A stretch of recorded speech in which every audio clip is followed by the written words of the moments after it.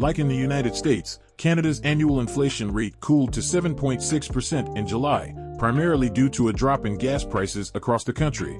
Despite the slowdown in inflation figures, experts believe the economy is still in grave danger.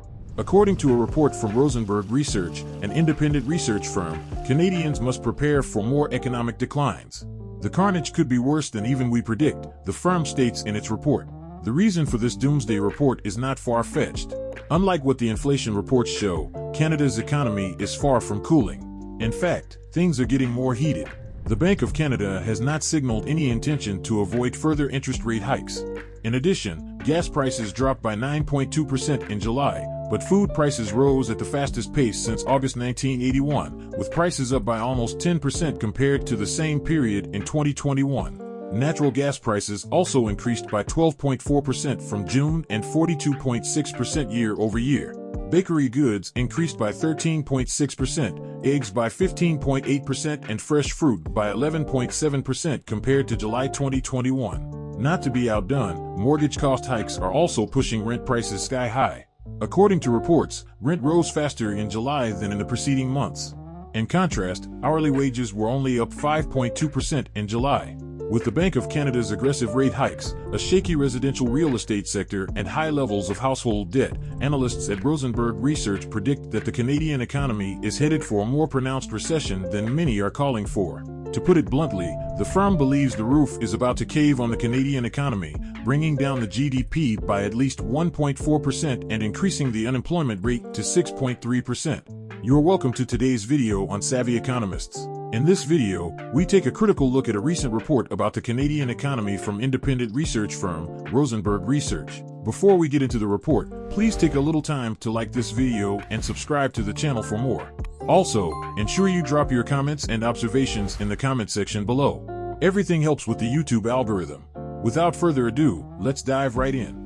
According to a recent analysis from an independent research firm, there would be a mean reversion in housing-related consumption expenditures and residential investment after years of excess. This retracement back to the average price would lead to at least a 1.4% drop in real GDP. The analysts also predict a 1.4 percentage point increase in the unemployment rate to 6.3% from the current 4.9%. Apart from last year and 2020, which were significantly impacted by the pandemic, that would be the highest unemployment rate in Canada since 2016. The team also notes that the situation could be more grave than it predicts, as a result of the poor state of household balance sheets and the economy's record high exposure to the ailing real estate market. Currently, Canada's real estate wealth as a share of disposable income is at a record high of 563%, a whopping 86.2 points increase compared to the same period in 2021. Here is a chart. As you can see from the chart, the housing market's share of GDP has been on the increase over the past 30 years. From a trough of 7.7% in 1995, real estate-related consumption expenditures and residential investment have risen to over 11% today.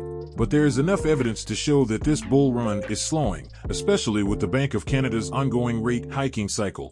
The analysts also explain that if these two key housing-sensitive components retrace to the long-run mean, housing-related expenditures would have to drop to a 5.3% share of consumption from its current 6.1%. Real estate residential investment would also drop to 32% of overall investment from its current 36%. Combined, both will cause the GDP to drop by at least 1.4%. There are also unemployment woes for Canadians, the research firm notes in its report. Over the past few decades, the proportion of construction employment as a share of total employment has increased from 5% in 1998 to 7.9% today. If this also reverts to the long-run average of 6.4%, the analysts predict that 283,000 workers in the construction industry could lose their jobs, increasing the unemployment rate to 6.3%. At 4.9%, Canada's unemployment rate is at a 50-year low, which would cause a lot of pain if it moves above 6.3%, the same level as the jobless rate the economy witnessed during the global financial crisis of 2008. But the damage will not be limited to these two key aspects of the economy. The report also notes that real estate as a share of disposable income is currently at an all-time high of 563%. As such, the impending pullback in the housing market will hit consumers significantly, heightening sensitivity and ensuring that the coming recession is prolonged and deep. The researchers also note that homeowners are incredibly vulnerable to the Bank of Canada's current hawkish stance on the economy. According to the report, the share of new homeowners opting for variable rates has climbed to an incredible 56% in 2022, up from around 7% at the beginning of 2020.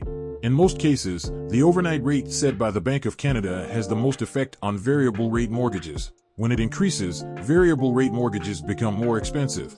This means higher mortgage payments for Canadians that are already paying more for virtually all goods and services.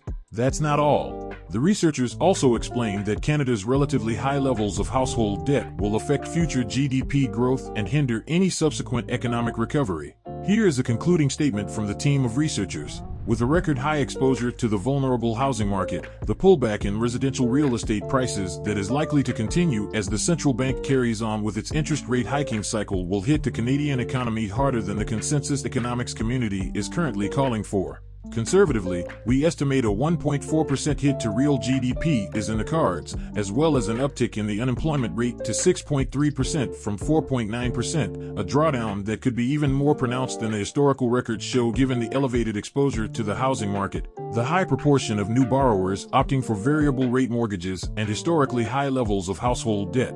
As a result, we remain steadfast in our belief that the Canadian economy is headed for trouble and the Bank of Canada's monetary policy tightening campaign will be stopped dead in its tracks before year-end.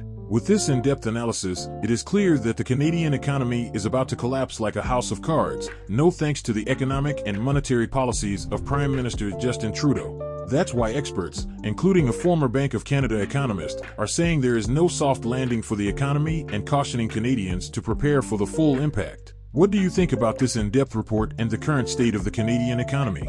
Please drop your comments and observations in the comment section below. Also, ensure you like this video, subscribe to the channel and turn on post notifications for more videos. Thanks for watching.